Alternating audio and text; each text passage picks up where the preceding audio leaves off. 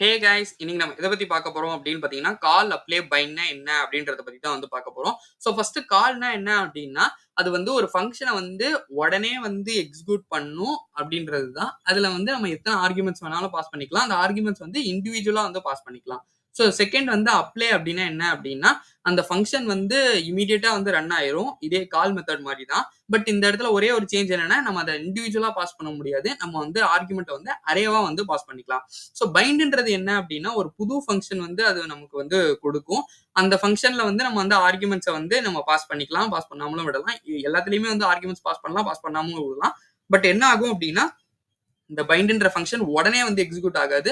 நம்ம லேட்டரா எக்ஸிக்யூட் பண்ணலாம் அப்படின்னா, அந்த மாதிரி நேரத்துல வந்து இந்த பைண்ட வந்து யூஸ் பண்ணிக்கலாம். ஸோ இதுதான் வந்து அதோட யூஸ் கேஸும் கூட.